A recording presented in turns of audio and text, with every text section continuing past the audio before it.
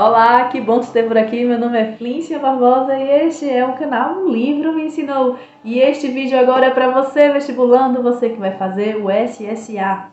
Vamos para mais uma leitura de contos africanos. Vamos lá. Vamos ler o segundo texto, As Mãos dos Pretos. Acompanha comigo a leitura e fica comigo até o final para tecermos comentários a respeito desta leitura.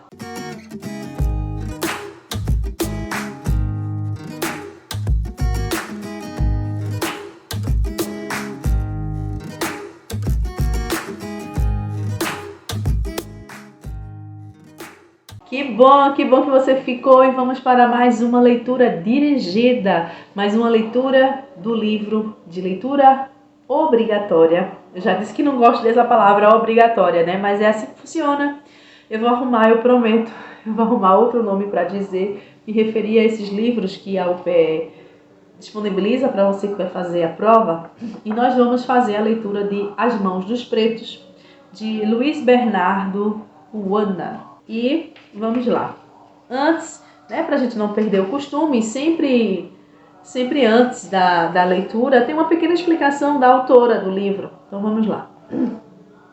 É sabido que as crianças têm grande poder contestador sobre tudo o que as cerca, em especial sobre aquilo que as incomoda.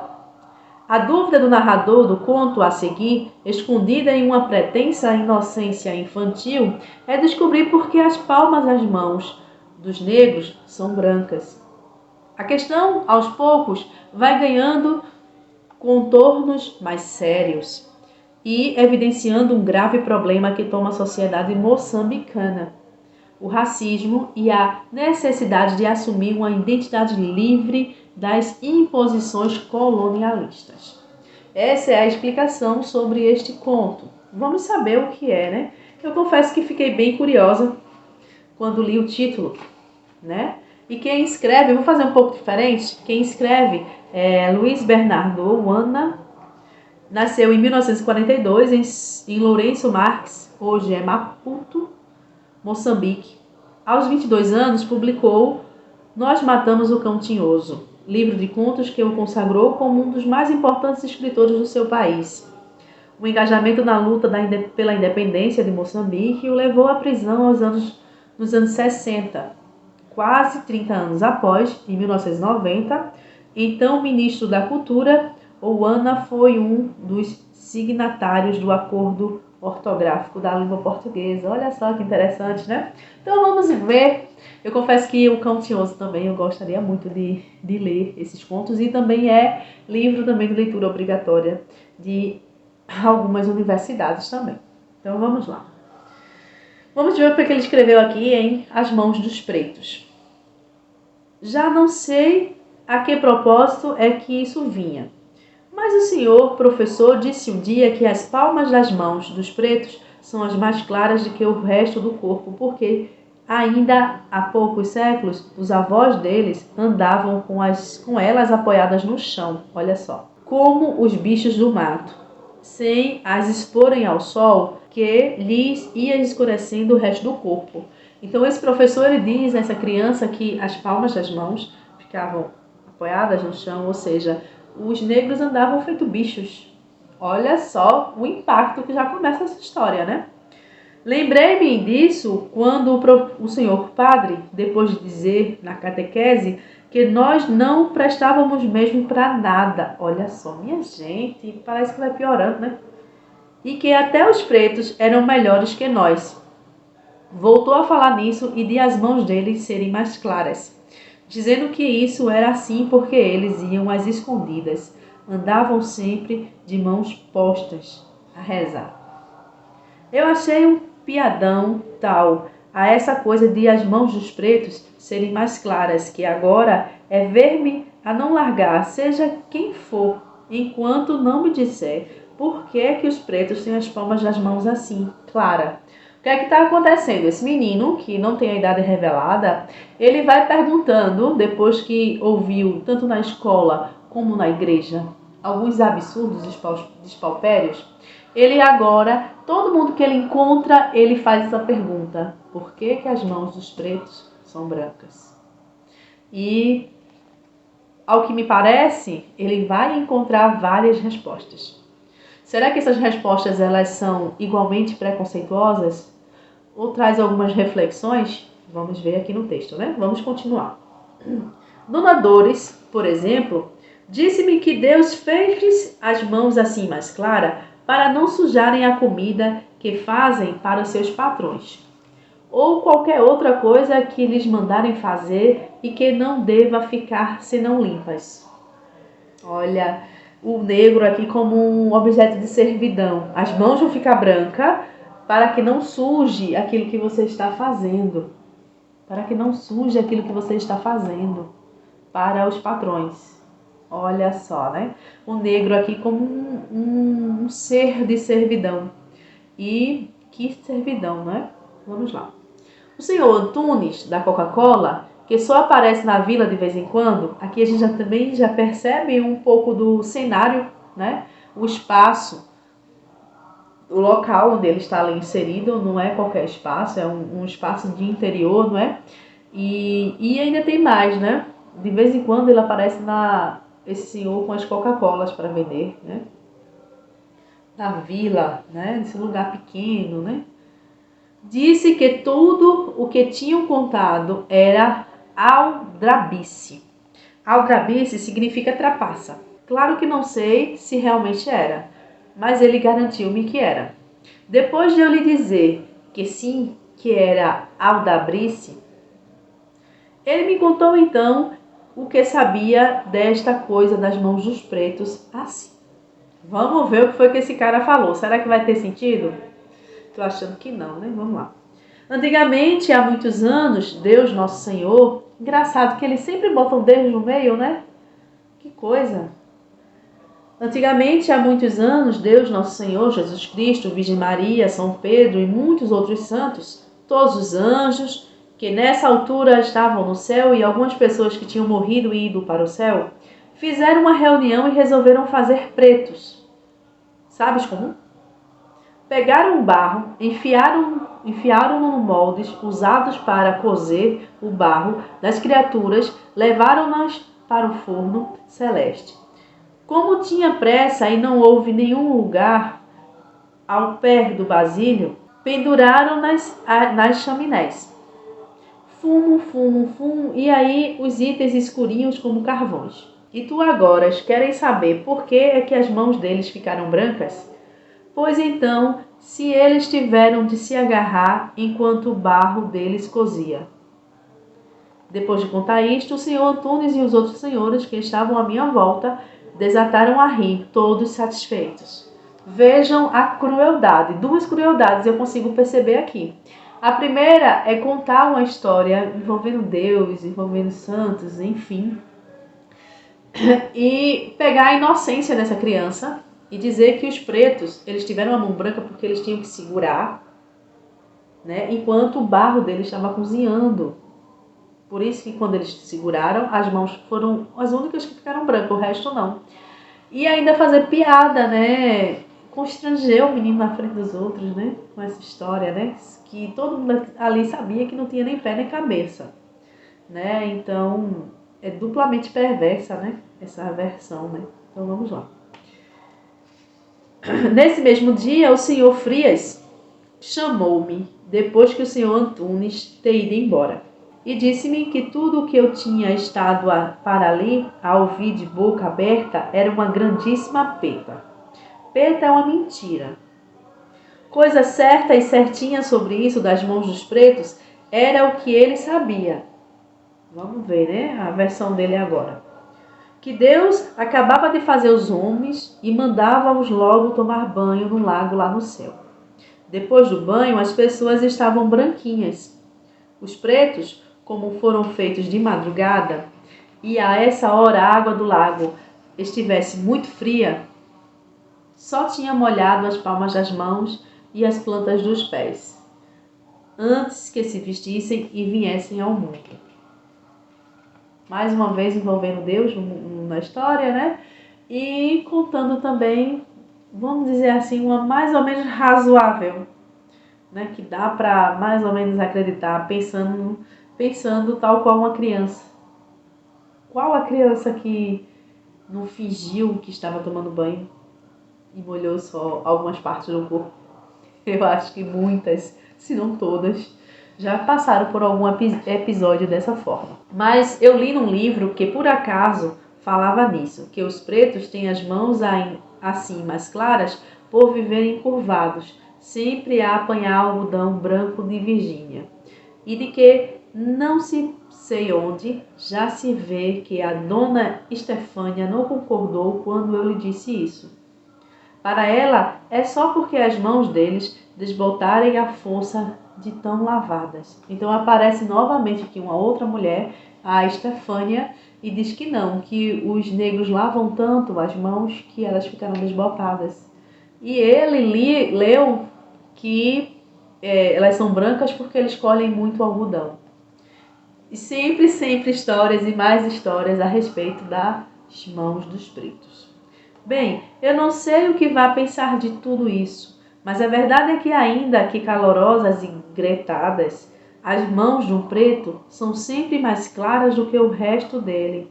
Essa é essa. A minha mãe, a única que deve ter razão, olha só.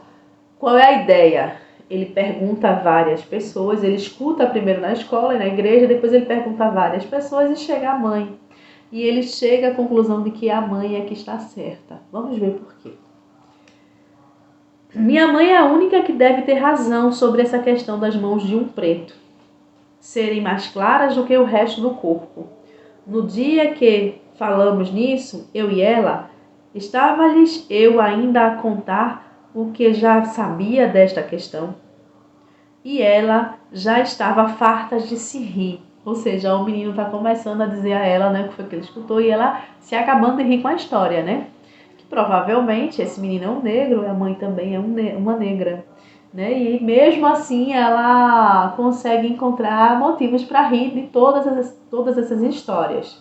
Vamos ver por quê. O que eu achei esquisito foi o que ela não disse logo o que pensava disso tudo.